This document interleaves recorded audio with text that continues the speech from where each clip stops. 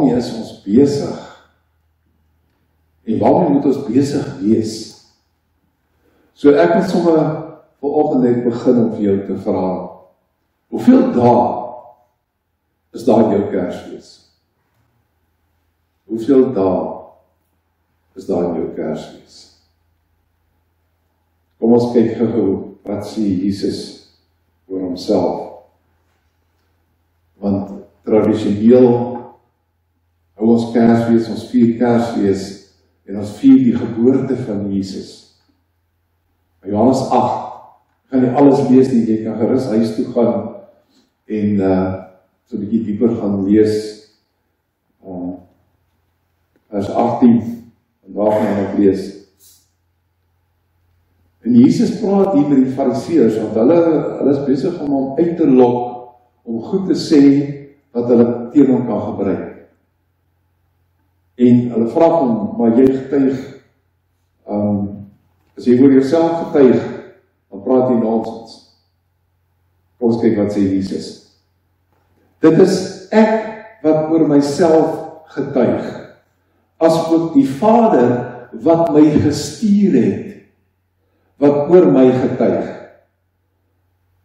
Hulle het vir hom gesê, waar is jou Vader? Jesus geantwoord, julle ken my nie en ook nie my Vader nie. As julle my geken het, sou julle my Vader ook geken het. Aan vers 23 kom verklaar Jesus eintlik waar hy vandaan gekom het. So, julle is van hieronder.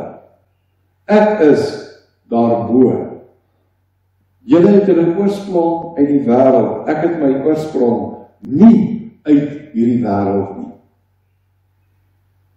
Daarom het ek vir julle gesê, dat julle sal sterf in julle sondes.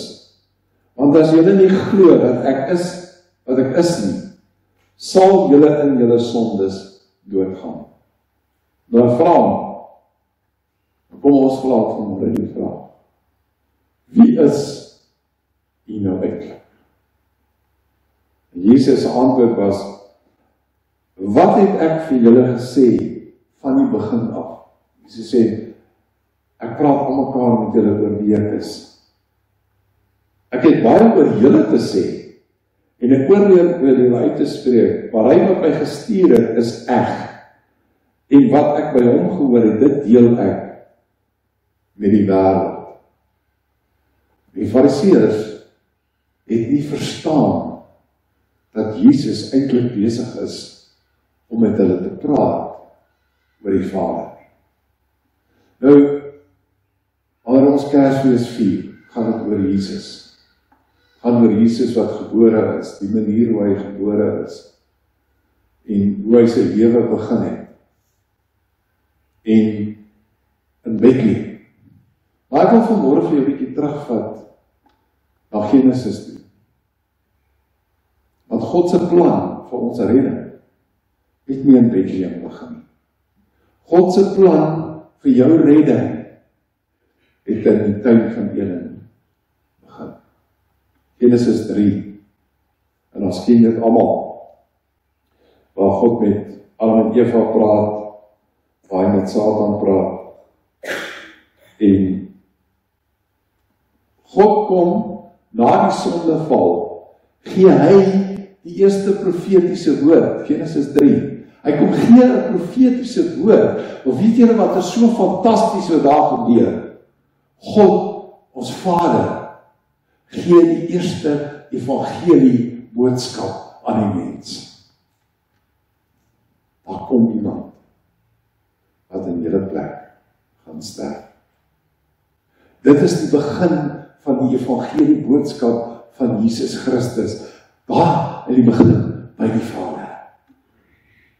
Jy sien dat God die Vader het in die koms van Jesus, het in die koms van ons Kersfees soveel gedoen. Ons praat nooit daaroor nie. Ons praat nooit daaroor nie. Jesus sê vir sy disippels by nagmaal bedien, so dikwels as wat julle dit doen, onthou wat ek vir julle gedoen het. En as ons onthou wat Jesus gedoen het, dan moet ons onthou wat die Vader ook gedoen het. Want is God die Vader wat al die beplanning gedoen het, dat alles so haarfyn uitgewerk het. Maar wat doen ons? En ek vra dat jy my asseblief sal vergewe as ek vanmôre op jou tone trap, ek doen dit nie moedswillig nie. Wat doen ons? Ons kies een dag in die jaar wat ons sê, wauw, Jesus is gebore. Dis kom ek net nou vir jou gevra, hoeveel dae is in jou Kersfees? Want om op een dag saam met mekaar te kom en Kersliedjies te sing en bly te wees oor Jesus se geboorte. Die 25ste Desember is nie Jesus se geboortedag nie. Ons maak baie oor hierdie dag. Ek gaan met jy praat oor die besluit oor 'n dag. Ek gaan nie vir julle sê hoekom die kerk dit gedoen het nie, want dis 'n gruisame storie eintlik. Wat het God in die begin gesê? Hy het gesê Jesus kom. Hy het gesê Jesus gaan ons kom verlos. En deur die profeet Micha sê hy Bethlehem is die plek waar dit gaan plaasvind.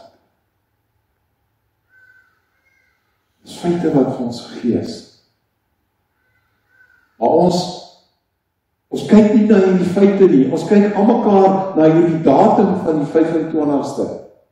Nou as jy in jou Bybel gaan bestudeer, as jy sien, daar's 'n hele paar plekke, as jy goed by mekaar sit, dan kan jy sien, dit kan nie die 25ste Desember gewees het. Dit moes 'n ander dag gewees het. Maar kom ek sê gou vir jou, wat het God gesê? Stuur my seun. Hy gaan julle kom verlos. Hy gaan in Bethlehem gebore word. Daar's nie 'n datum wat God gegee het vir sy koms. Hy het nie gesê, maak 'n aantekening op julle kalenders, dis die dag wanneer Jesus gaan kom nie. Want sy koms het gebeur op die oomblik wat God bepaal het dat dit moet gebeur.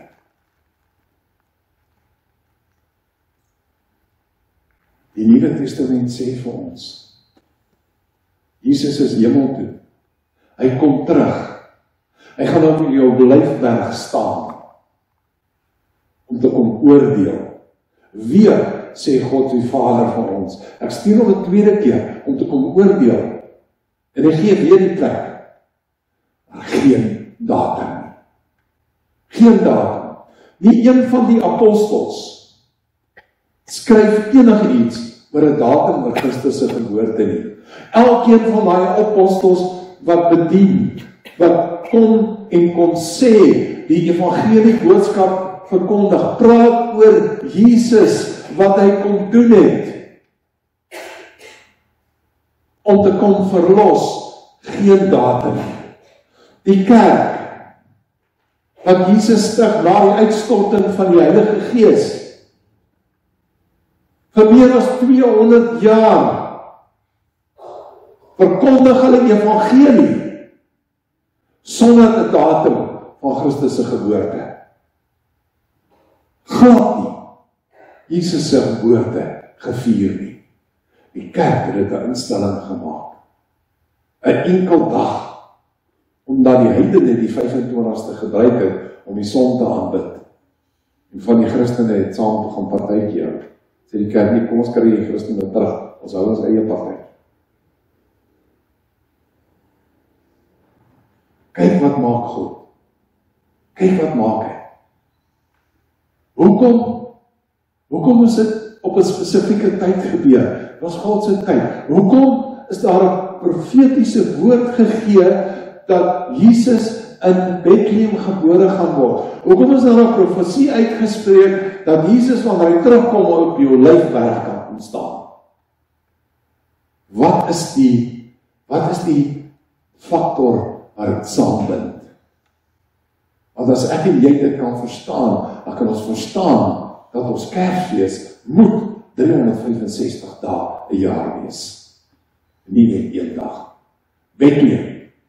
Klein dorp. Wat het daar gebeur? Dawid word daar groot. Dis die plek waar hy opgroei, 'n jong seentjie, tot 'n plek waar hy eendag 'n reus gaan verslaan. Maar Bethlehem is die plek waar Dawid as 'n aardse koning gesalf word. Dis dieselfde plek waar Jesus, ons koning, as 'n salwing vir ons gebore word. Salwing. Dis die plek waar Rut vir Boas ontmoet, en waar hulle trou. Sy is deel van die bloedlyn van Jesus. Maar Rut was 'n pagan, was nie 'n Christen of 'n Jood gewees nie. Sy was 'n ander geloof, maar sy kom in die geloof.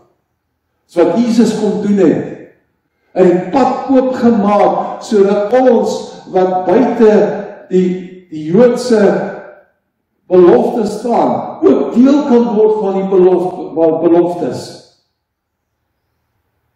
Bethlehem, die geboorteplek van 'n aardse koning, wat 'n aardse koninkryk kom vestig, en wat Jesus kom, die salwing van die wêreld, word daar gebore. Hy groei nie daar op. Hy is die plek waar het begin. Dis waar hy gebore is. Die Olyfberg. Dis waar olyfolie gemaak word. Olyfolie is deel van salwing, die salwingolie. Wanneer Jesus terugkom, op daai Olyfberg gaan staan, is dit die plek van salwing vir die ewigheid wat oopbreek. Wat oopbreek. En dan die salwing, wat nooit sal ophou nie, kom na ons toe. Op daai Olyfberg. En die krag en die mag van God gaan so sterk wees, dat hy berg nie kan stil bly of stil staan onder Jesus se voete nie. Die krag gaan daai berge breek. Net soos wat Jesus toe hy sterf aan die kruis, skeur die voorhangsel. Alles deel van God se plan. Stuur Jesus vir julle, nie vir 'n dag nie. Ons kan nie uitwerk wanneer sy geboortedag regtig is nie. Daar's baie wat probeer om dit te doen. Net soos wat daar baie is wat probeer om Jesus se terugkomdag te bepaal. In die volheid van tyd is Jesus gebore. In die volheid van tyd gaan Jesus terugkom. En agter alles sit God die Vader. Jesus sê, niemand van julle sal na die Vader toe gaan, behalwe deur my nie.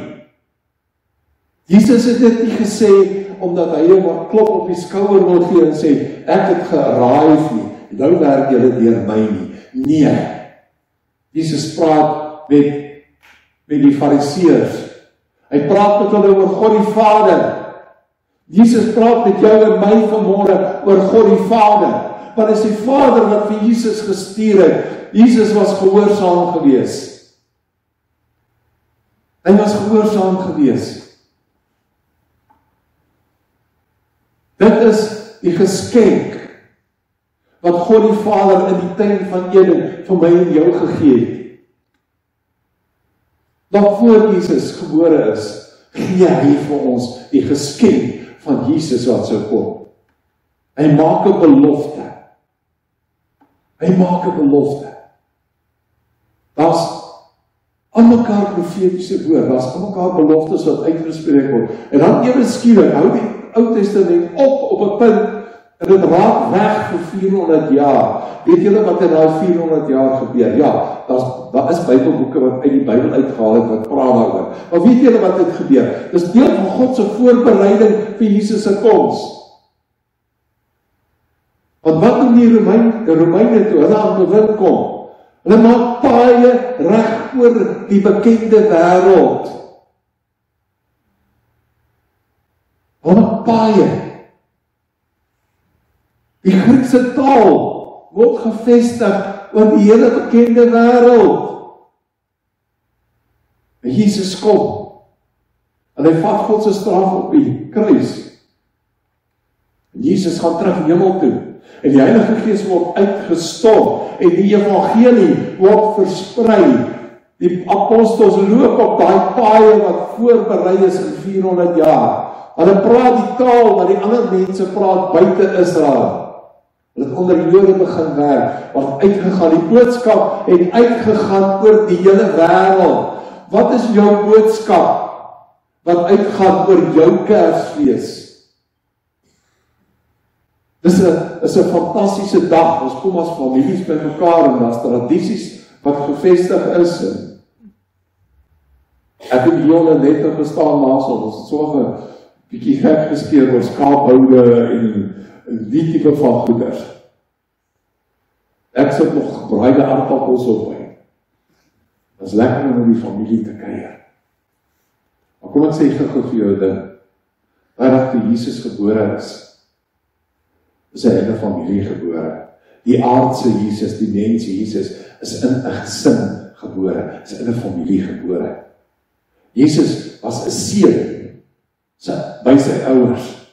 Hy was 'n broer vir sy boeties en sissies. En Jesus, sy bediening begin eers op 30 buite, maar binne in die gesin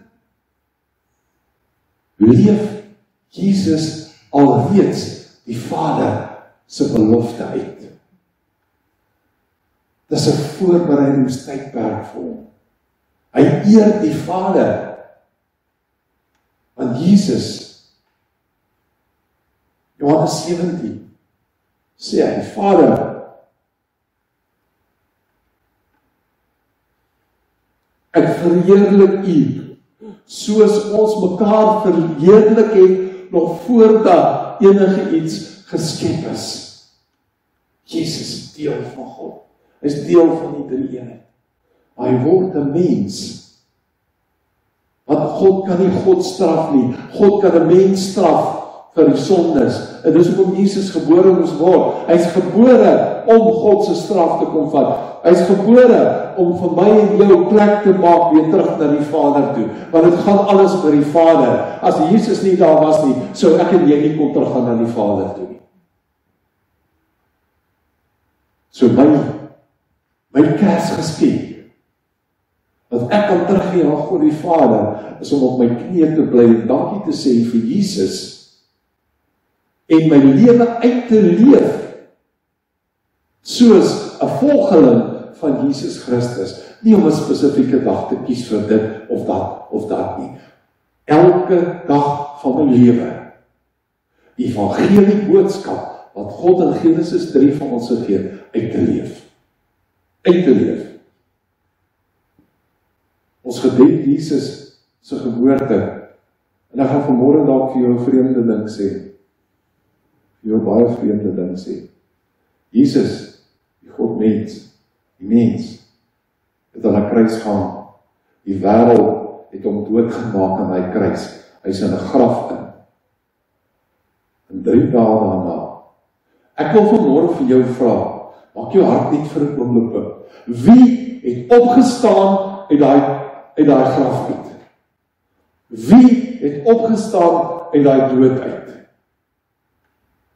Kom ek sê vanmôre vir jou, dit was Jesus, ons God. Die mens het nie reg uitgekom nie.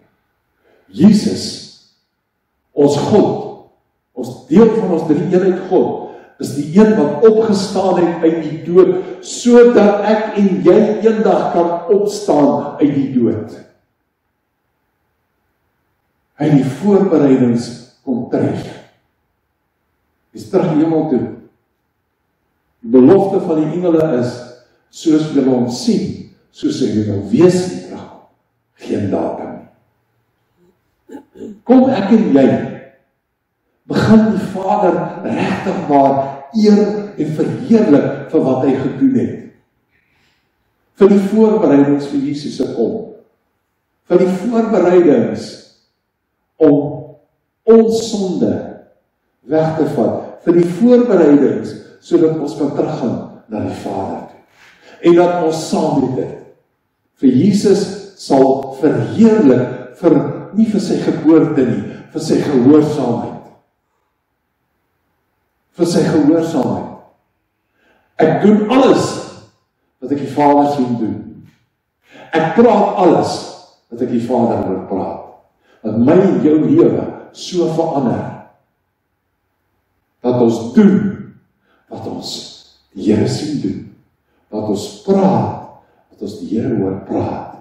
Dat ons toelaat dat die Heilige Gees totaal sy deel op ons lewe kon doen. En dit was nie net 'n belofte gewees oor Jesus wat sou kom nie. Dit is 'n belofte ook oor die Heilige Gees. Maar weet julle die belofte wat daar in Genesis uitgespreek is? Ek, God met hoofletters, Vader, Seun, Heilige Gees, gaan iets spesiaals vir julle kom doen. Al het jy nie weer hulle rug ons gedraai, al het hulle gesondig. Alles wat God doen, die Vader, die Seun en die Heilige Gees, wat dit moontlik maak, dat ek en jy eendag gaan instap in die hemel. Maar die goed wat gebeur, is voorspel, dit gaan gebeur. Ons is besig om te fokus op verkeerde goed. Wat het Jesus ons kom leer om te fokus op? Om ons lewens reg te kry, om te kan teruggaan na die Vader, en eendag, op 'n plek te staan, waar ons waaragtig sal weet, wie is die Vader? Wie is Jesus? Dat ons nie soos die Fariseërs sal vra, wie is U nie? Dat ons sal weet, dat ons sal weet, dat ons sal weet. Ons is in die heilige teenwoordigheid van ons God en ons Vader. Ons wil julle graag bedien vanmôre. Ek wil nie vanmôre hier staan of julle sê, maak toe Kersfees nie. Ek wil vir julle sê, maak jou Kersfees 365 dae. En verheerlik die Here. Dit wat Tinus nou vir ons so duidelik omstel het, wil ek net daarmee aangaan eintlik. Maar ek wil eers weer teruggaan na die profesie toe, wat reeds in Jesaja daar gesê is. Daarom sal die Here self aan julle 'n teken gee. Kyk, die maagd sal swanger word en 'n seun baar en hom Immanuel noem. Dit word herhaal Matteus 1:23. Kyk, die maagd sal swanger word en 'n seun baar en hulle sal hom Immanuel noem. Dit is, as dit vertaal word, God met ons. Nou, die profesie wat daar was en die koms van Jesus, die geboorte van Jesus, kan ons baie maklik, die woorde wat my opgekom het was, one moment in time, 'n oomblik in tyd. 'n oomblik in tyd was daar 'n profesie, en 'n oomblik in tyd het hy vervulling gekom. 'n oomblik in tyd het ons die werklikheid van die koms van Jesus kan ons daarmee saam fees vier. Ek wil graag vir julle net 'n aanhaling lees, dit is in Engels, hier is 'n aanhaling van Dr. Fedes, hy is by die Christian Leaders Institute. God became like us, that we might become like God.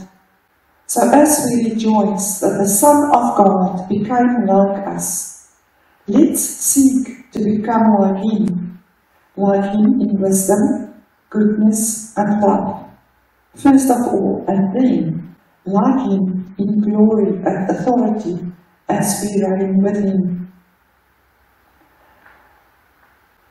ons kyk wat die profesie is, en hy moet Immanuel genoem word, God met ons.